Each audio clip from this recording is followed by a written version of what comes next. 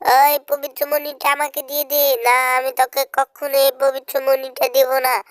এই নে, তাহলে পড়ে যা।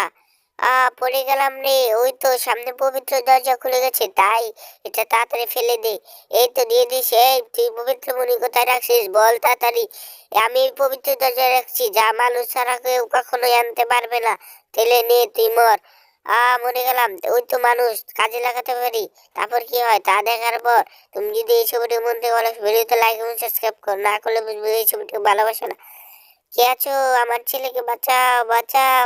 কি হয়েছে, কি হয়েছে? পবিত্র মণি আনলে আমার ছেলেটি বেঁচে যাবে, প্লিজ এনে দাও না। ওই যে পবিত্র দরজায় আছে। যা, দাঁড়াও, আমি এক্ষুনি এনে দিচ্ছি। এই নাও তোমার পবিত্র মণি।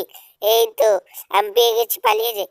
আমি কিভাবে বেঁচে উঠলাম? আমি তো মারা গেছিলাম। এই যে আমি পবিত্র মণি এনেছি। ও তো রাক্ষস, ওকে পবিত্র এনে দিলে কেন মণি?